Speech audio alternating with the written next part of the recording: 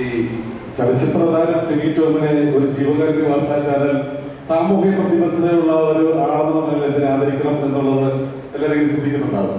ഇനി അതും അടുത്ത ഏതൊരുപാടുള്ളൊരു വലിയ ഘടകമായിരിക്കും. പക്ഷേ ടിനി എന്ന് പറയുന്ന ഈ നടൻ സാമൂഹികമായിട്ടുള്ള ഏത് കാര്യങ്ങളിലും തൻ്റെതായിട്ടുള്ള സത്യസന്ധമായിട്ടുള്ള ഒരു എന്താ പറയുക സജഷൻ അല്ലെങ്കിൽ തന്റെ അഭിപ്രായം രേഖപ്പെടുത്തുന്നതിന് ഒരു വൈക്ലഭ്യം കാണിച്ചിട്ടുണ്ട്.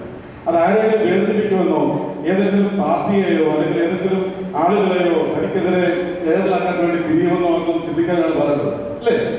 സോ ഈ സലൂട്ടി ഉപഹാരം കൂടി അദ്ദേഹത്തിനാണ്.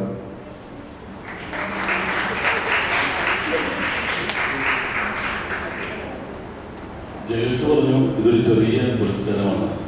എൻ്റെ ജീവിതത്തിൽ കിട്ടുന്ന ഏത് ചെറുതും ഏറ്റവും വലുതാണ്. അത് ഞാൻ സംശയിക്കുന്നു. നമ്മളൊക്കെ ഇവിടെ ഇരിക്കുന്ന മുഴുവൻ കുട്ടികളും ഇന്ന് അവിടെ പെർഫോം ചെയ്യുന്നുണ്ട്. അവരൊക്കെ സിനിമ എന്ന് പറഞ്ഞ ഒരു സ്വപ്ന ലോകത്തേക്ക് എത്താൻ ആഗ്രഹിക്കുകയാണ്.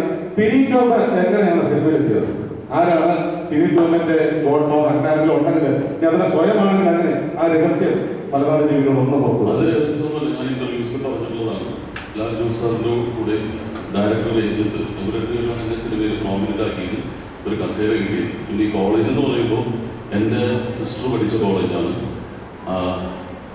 അതിനുശേഷം എൻ്റെ ഇവിടെ ഉദ്ഘാടനത്തിന് ഇവിടുത്തെ പ്രിൻസിപ്പൾ വിളിച്ചിരുന്നു. എന്നിട്ട് എനിക്കൊരു റേറ്റൊക്കെ ഫിക്സ് ചെയ്തിരുന്നു.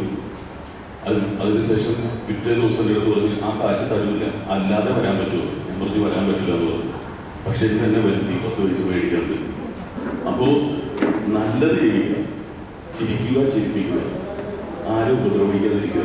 അതിൻ്റെ അപ്പുറം പുണ്യം കയറുന്നില്ല. All the best for this ഇൻഷാല്ലാഹ്. Thank you. Thank you very much. You are watching Malanad TV India, the first national integration channel.